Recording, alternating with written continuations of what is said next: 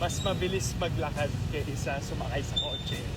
Sa kasagsagan ng malakas na ulang dulot ng habagat kahapon, kombong baha at traffic ang naranasan ni Vince Maristela. Ito na, maglalakad na tayo sa baha!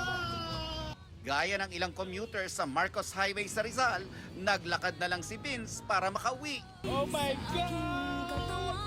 Di pa natapos sa paglalakad ang journey ni Vince dahil sumakay rin siya sa fire truck, papasok sa kanilang village na binaha. Bago naman ang 22nd Cinemalaya Awards Night kagabi, 3 oras stuck sa heavy traffic si Mamang Pokwang. Ang Cinemalaya red carpet host naman na si kapuso comedian Betong Sumaya, nag-MRT na para lang makaabot sa kanyang hosting gig.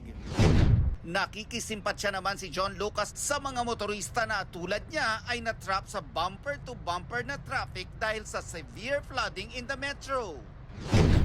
Para makasiguro, maaga nang umalis sa tahanan niya sa Pampanga si Wawi de Guzman patungo sa kanyang commitment.